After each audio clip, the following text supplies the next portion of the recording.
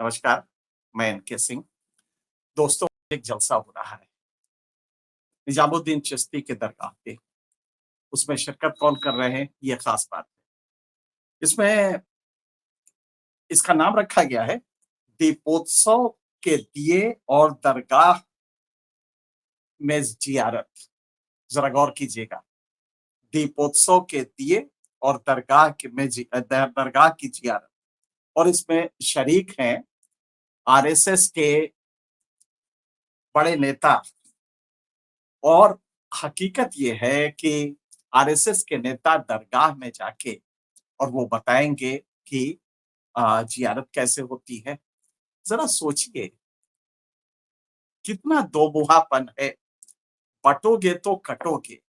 मोदी जी, एक हफ्ते पहले की बात है, बल्कि एक हफ्ते भी नहीं, 23 तारीख की बात है, कजान में रूस के जब सऊदी अरब के प्रेसिडेंट से मिलते हैं, शेख मोहम्मद बिन जायद, उनसे जब मिलते हैं तो अपने संबोधन में कहते हैं, मेरे भाई, उनको देख के मुझे मेरे भाई को देख के मुझे बड़ा बड़ा बहुत खुशी है, गौरवान्वित हूं। मोदी जी वहां ये कहते हैं, संघ ऑर्गेनाइज कर रहा और इंद्रेश जी जो मुस्लिम एकता मंच के वो हैं, सरबराह हैं, ये उसमें पार्टिसिपेट करेंगे। और इसको कहा जाएगा, इस अनोखे संगम के साक्षी बनने के लिए आइए, मिलकर मनाएं आस्था, सद्भाव और मोहब्बत का जश्न, हजरत निजामुद्दीन और औलिया के दरगाह पर। जरा सोचिए, कितना बड़ा दोमुहापन। बटेंगे तो कटेंगे को लेके अभी मथुरा में आरएसएस के दत्तात्रेय घोष बोले। ने कहा, हाँ, इसमें क्या बात है, इसमें तो बिल्कुल सही है। पटेंगे तो कटेंगे, मोदी जी ने भी अभी इलेक्शन स्पीच में कहा था। दोस्तों, बटेंगे तो वो लोग खुश होंगे, प्रधानमंत्री है तो इतना बचा गए, बटेंगे ये बचा गए। और आज संघ मुसलमानों के नजदीक दरगाह में जा रहा है। जरा सोचिए, किसी ने कभी पूछा है, पहलू खां, तबरेज, जुनैद, ये तमाम लोग जो मारे गए, मास जो लुम्पेंस की थी, एक लंपटों की भीड़ ने उनको गाय के मांस के नाम पे, गाय के व्यापार के नाम पे उनको मारा होगा। उनसे जाके पूछिए। आज देश में मुसलमान अपना नाम छिपाता घूम रहा है, अपना नाम परवेज बताता है। परवेज होता है तो परवेज बताता है, धीरे से जा दबा देता है ताकि इसको ये ना पता लगे कि मुसलमान है, वरना मेरी सब्जी बिकेगी नहीं, हमारे ठेले का माल नहीं बिकेगा। आज आपने वहां तक लाके इसको खड़ा कर दिया है। और इसके बाद ड्रामा ये कि साहब, ये तो एकता है। और इसका नाम जानते हैं क्या रखा गया है? ये जो जश्न होगा ख्वाजा साहब के दरगाह पे, निजामुद्दीन साहब के दरगाह पे, उस दरगाह पे जो जश्न, उसका नाम है विकसित भारत अभियान। ये भारत विकसित हो रहा है, पिछले 10 साल से विकसित हो रहा है। मोदी जी को मोदी जी अपने को होशियार समझे, ये संघ के लोग अपने को होशियार समझे, इससे कोई उज्र नहीं है, इससे कोई दिक्कत नहीं है। लेकिन वो मुसलमानों को या हम सभी को जो सेकुलर सोच के हैं, उनको क्यों इतना बेवकूफ समझते हैं? जब गुजरात में मास रेप के बाद मर्डर का आरोपी जेल से छूट जाता है और सरकार छोड़वा देती है, उसके बाद उसका जश्न मनाया जाता है। जब ऐसे ही किसी पहलू खां तबरेज के मारे जाने वालों को बीजेपी में ओहदा दे दिया जाता है, आग उगलने वाले मुसलमानों के खिलाफ नेताओं को रातों रात चढ़ा दिया जाता है, कोई गिरिराज सिंह देश की सभ्यता पे मुंह दलता हुआ हर रोज मुसलमानों को पाकिस्तान भेजता है, उसके बाद भी वो मंत्री बना रहता है, तो क्या इसके बाद भी ये पूछने की जरूरत है, किस तरह इस देश में माहौल 10 साल से बदला हुआ है? और उसके बाद आप जब जाते हैं विदेश में, तो आप गले मिलते हैं किसी शेख से। शेख से, और शेख को आप पहचान सकते हैं, अरब अरब वर्ल्ड में पोशाक से पहचाना जाता है, हिंदुस्तान में भी पोशाक से पहचाना जाता है। तो उससे तो जाके गले मिलते हैं और भाई कहते हैं। इधर क्या ये जो 20 करोड़ हैं ये भाई नहीं होते क्या? ये कोई और होते हैं? एक लुम्पेनाइज सोसाइटी आपने हिंदू रिलीजियोसिटी के नाम पे लुम्पेंस खड़ा कर दिया है, जो कि हर किसी को दाढ़ी बढ़ाए वाले को देख के उसका उसे वंदे मातरम करवाता है, उसे भारत माता की जय करवाता है। आपने देखा ना, अभी गाजियाबाद के एक सोसाइटी में एक उर्दू का टीचर था, पढ़ाने आया था, कोई साहब उनसे पढ़ना चाहते थे उर्दू, तो पढ़ाने आया, तो उस देख के कहा गया तुम अंदर कैसे आया? फिर उससे भारत माता की जय वंदे मातरम बुलवाया गया, पिटाई की गई और उसे वहीं से लौटा दिया गया। मैं तमाम ऐसे लड़कों को जानता हूं जो पहले जो बिजनेस करते थे उसको बनाए रखने के लिए अपना नाम वो हिंदू धीरे से दबा के हिंदू करते हैं। कृष्णा नाम बता देते हैं, नाम होता है करीम, लेकिन कृष्णा बताते हैं अपना नाम। देश में आपने यहां तक ये कर दिया है तमाशा। वो जो लड़का बहराइच पे चढ़ के झंडा खींच रहा था, वो कौन था? कितनी उसकी शिक्षा थी, कितनी उसकी जहनियत थी, लेकिन वो कल कोई ताज्जुब नहीं है कि रहता तो हीरो बन जाता आपका और उसको टिकट मिल जाता। तो ये पूरा का पूरा संघ, और संघ का दर्द क्या है? बटेंगे तो कटेंगे कह क्यों रहा है? इसकी जब तक आप डायनेमिक्स नहीं समझेंगे, आपको इनका दर्द समझ में नहीं आएगा। इन्होंने हिंदू मुसलमान करके, और संघ का तो 100 साल से यही रहा है।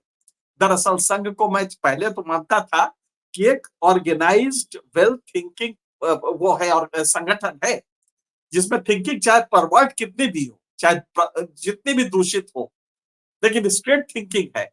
लेकिन बाद में समझ गया है कि अगर कोई एक संगठन सबसे कंफ्यूज्ड है तो वो है संघ।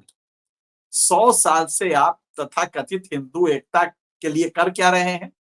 अस वर्सेस दैम मुसलमानों के साथ आप उनको अदराइजेशन करके आप कोशिश करते हैं हिंदू कंसोलिडेशन। ये जो आज भाषण दे रहे हैं बटेंगे कटेंगे, जरा इनमें से एक से पूछिए, किसी दलित के घर पे जाके खाना खाओगे? और वो खाना बाहर का नहीं होगा, दलित के किचन का हो गया।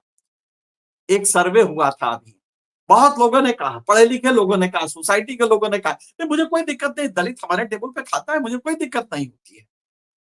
तो जब दूसरा पूछा गया, नहीं वो नहीं पूछ रहे हैं, ये बताइए दलित के घर जाके खाना खाएंगे उसके बर्तन में, या अपने यहाँ दलित को अपने किचन में खाना बनाने देंगे? तब वो ऐतराज हो जाए, नहीं साहब वो तो हमारा चॉइस है। आज तक आपने संघ ने 100 साल के अस्तित्व में दलितों को एक साथ नहीं कर पाया। मुझे अपना केस मालूम है कि मैंने एक हमारे दलित यहाँ वो थे, कोई कुछ अपना रोजी रोटी कमाता था बेचारा, उसकी बेटी के एडमिशन के लिए हमने सर से एड़ी तक का जोर लगा दिया, और संघ में लोग मुझे जानते हैं, लेकिन उस दलित की बेटी का एडमिशन वहां नहीं हुआ। एक संघ के स्कूल में हम चाहते थे, वो नहीं हो पाया।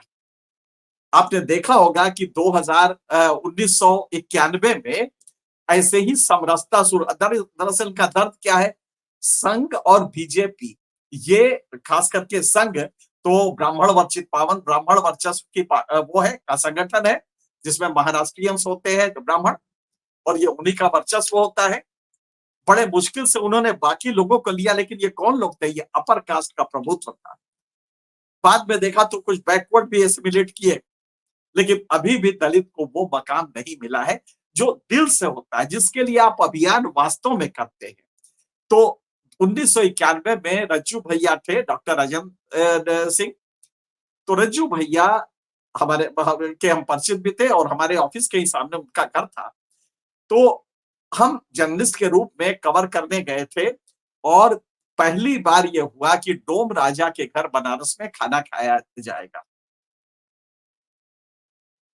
उसके बाद से आज तक दलित के साथ जो प्रताड़ना हिंदू समाज कर रहा है, और खास करके ऊपर का वर्ग कर रहा है, दलित घोड़ी पे चढ़ता है तब, तो इनका दर्द ये है कि ये छुआछूत तो खत्म कर नहीं पा रहे हैं। जो स्ट्रक्चरल वो है, डिफॉर्मिटी है, जिसमें land owning community upper caste है और मजदूर है दलित या बैकवर्ड है, उसको तो आप दूर कर नहीं पा रहे हैं। तो कर क्या रहे? मुसलमान लंपट खड़ा करो जिनके पास रोजगार नहीं है। और आप जानते उस लड़के को वो जो झंडा तोड़ रहा था बहराइच में, जो एक झंडा हरा निकाल के अपना लगा रहा था, उसकी शिक्षा, उसको जरा पता करिए कि वो कौन था। बेरोजगार ये युवक हैं जिनको आप लंपट बना रहे हैं। तो संघ ने, और ड्रामा क्या कर रहे हैं? ड्रामा कर रहे हैं बटेंगे तो कटेंगे, मतलब किससे कटेंगे? ये माना गया हिस्ट्री रही है कि तलवार के बल पे इस्लाम आया है, ये आरोप लगता है। और अब ये कहेंगे कि तुम एक नहीं होगे तो फिर काटे जाओगे। और इसको होसबोले ने संघ के नेता ने किया, एंडोर्स किया कि बिल्कुल सही कहा है। मोदी जी ने भी बटेंगे का जुमला ले लिया, कटेंगे छोड़ दिया और कहा कि तो वो लोग खुश होंगे, मतलब कांग्रेस। क्यों साहब? का क्यों बटेंगे? दलित क्यों आपसे आज उखड़ा हुआ है? इसलिए कि आपने समरसता के नाम पे नाटक किया। हकीकत बताएं, समरसता के बाद बीजेपी ने इसको अडॉप्ट किया इंदौर में, इंदौर के अपने सभा में, उसमें कार्यकारिणी में। उसके बाद एक ब्राह्मण नेता यूपी के अपने गोरे चिट्टे चेहरे और काला चप्पल लेके एक दलित के यहां गए, और दलित के यहां जाके, क्योंकि आदेश था कि सब दलितों के घर जाना है, उनके यहां बैठना है, खाना खाना है, तो वो गए, पूरी मीडिया साथ में थी, फोटो खिंचवाया। जैसे ही उसने कहा पंडित जी पानी तो पी लीजिए, तो वो नेता साहब ने कहा तो हमें तो होम्योपैथिक दवा चल रही है, हमें तो खाना बिल्कुल मना है, पानी बहुत कम अब हम पीते हैं। ये कह के वहां से वो जल्दी से भागे। और जब गाड़ी में बैठे तो उनके पीएसओ ने एक बिसलरी का बोतल उनको पकड़ा दिया। ये था समरसता आपका। तो गलती आप करें, आप 100 साल से भारत के हिंदू समाज को एक साथ नहीं कर पाए। तो जब वही राहुल गांधी कह रहे हैं तो आपको दर्द हो रहा है कि ये तो पकड़ लिया इसने, और अच्छी जगह हिट किया है कि जिसकी जितनी हिस्सेदारी उसकी उतनी हिस्सेदारी, जिसकी जितनी आप संख्या भारी उसकी उतनी हिस्सेदारी।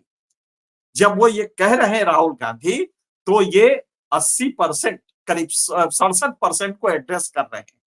यही बीजेपी का दर्द है कि ये कहीं अपर कास्ट की पार्टी होकर न जाए, जिसके लक्षण साफ है। इसीलिए लगातार ये कोशिश हो रही है कि मुस्लिम्स को तो नजदीक लाया जाए और इधर डरवाया जाए।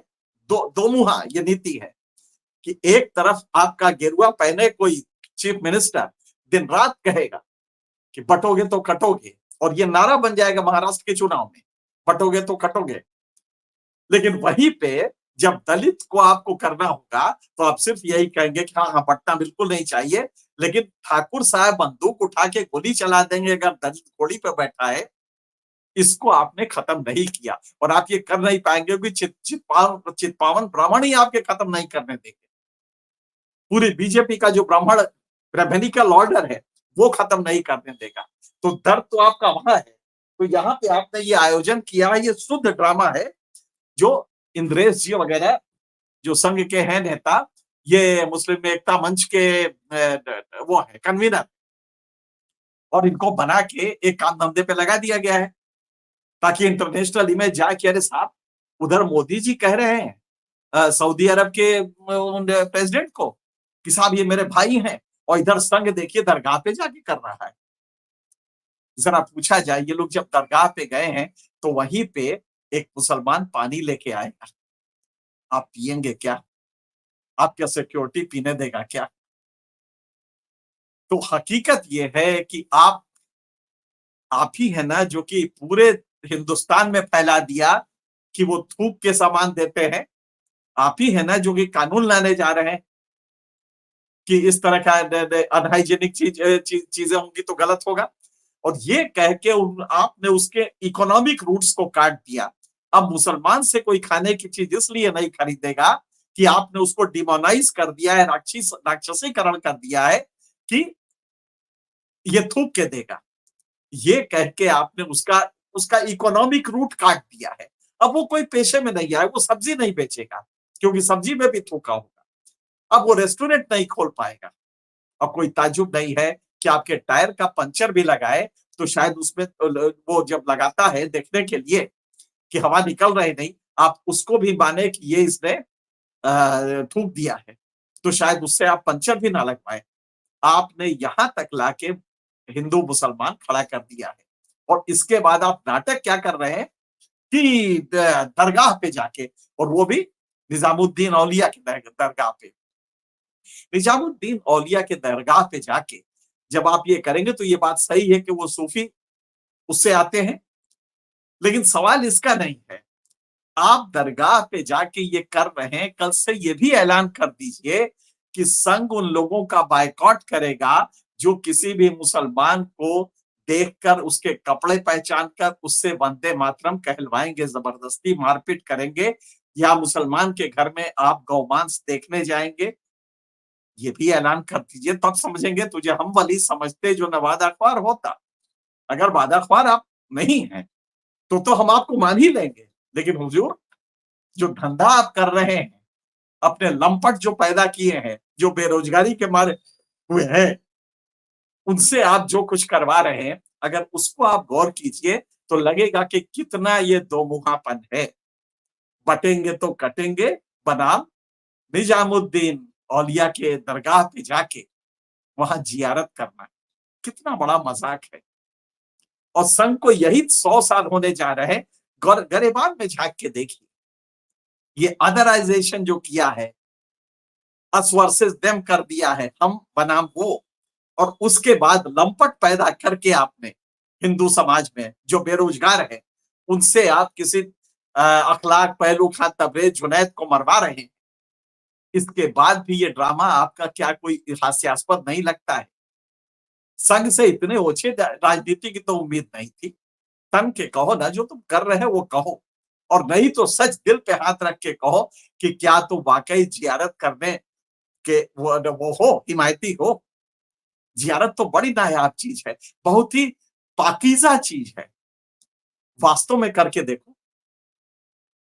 लेकिन हकीकत ये है कि लुम्पेंस आपने पैदा करके भेज दिए हैं हिंदू समाज में, लुम्पेंस पैदा करके आपने अब उनसे पहचानवा रहे हैं मुसलमानों को, और उनके सरेआम उनके साथ मारपीट कर रहे हैं। दहशत ये हो गई है कि मुसलमान अपना नाम बताने से कतराने लगा है इस देश में, और ये पूरी दुनिया जानती है, ये पूरा वर्ल्ड जानता है, अमेरिका से लेकर सारे जानते हैं।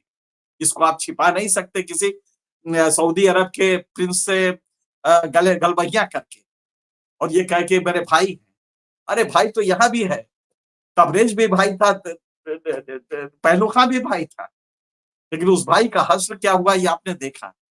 तो हकीकत ये है कि ये दोमुहापन ये चल रहा है, और मैंने सोचा कि आपको इससे वो करे, रूबरू कराए कि कितना बड़ा ड्रामा संघ ये कर रहा है, कि आज जब वो वहां पे जियारत के उस पे जाएंगे, कैसा लगेगा, कैसा लगेगा, वहां जो मुसलमान है वो भी क्या सोचेंगे।